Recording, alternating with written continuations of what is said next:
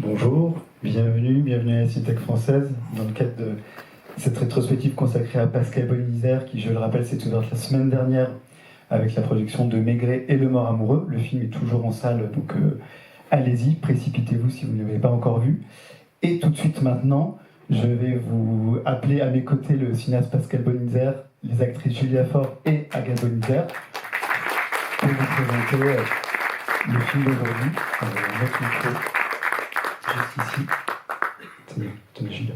Bonjour. Merci à tous les trois. Par un temps pareil, c'est très valeureux, je trouve.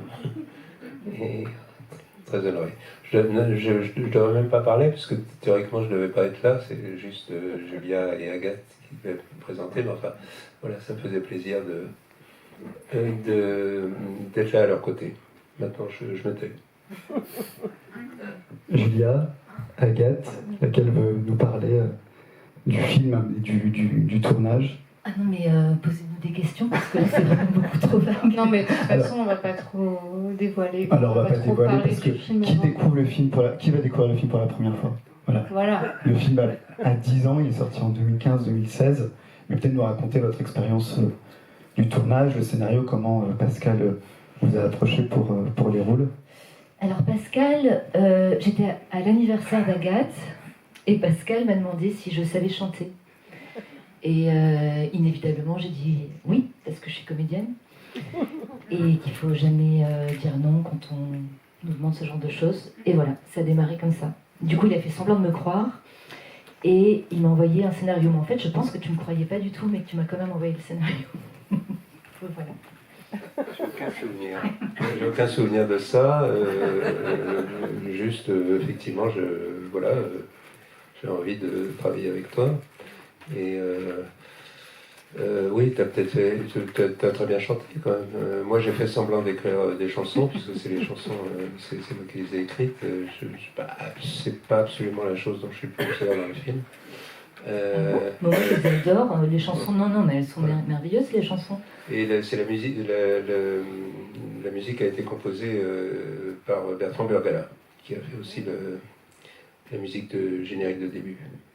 Mais je crois d'ailleurs que c'était Agathe au début qui devait avoir votre rôle, non? Ah bon? J'ai lu ça quelque part. Non? Enfin, pas que je sache. Dans la revue de presse de l'époque de la sortie du film. Non?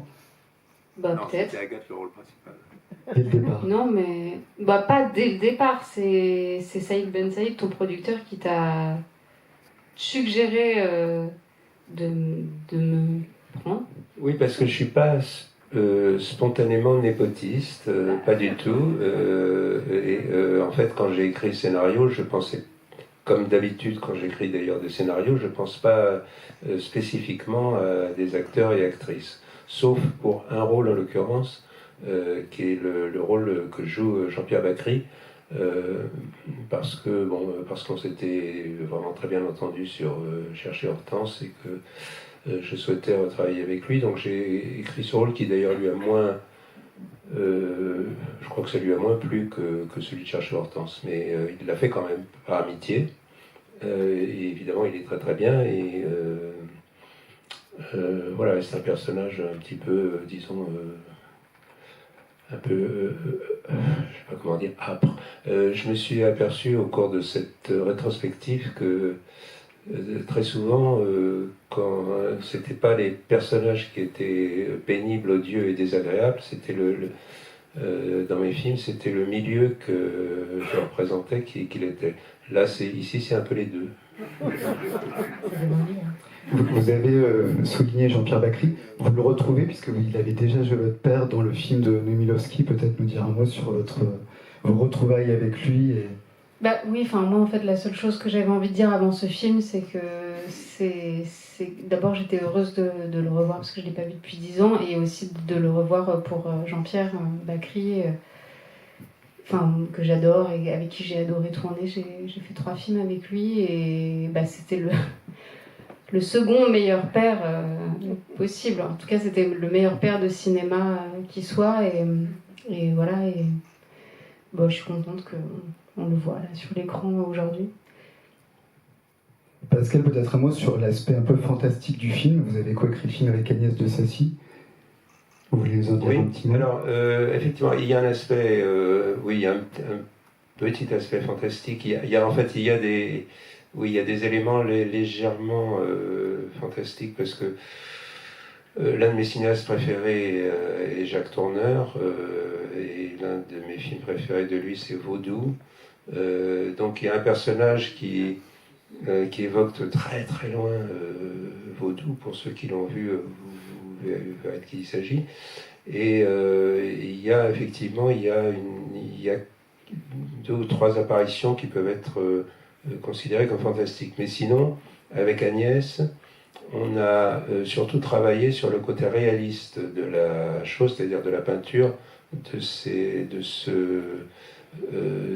cette boîte, de cet univers de la fusion-acquisition, grâce au fait que un cousin d'Agnès était effectivement un PDG d'une boîte de fusion-acquisition, tout simplement, et il nous a d'abord raconté les anecdotes qui nous ont servi, et ensuite,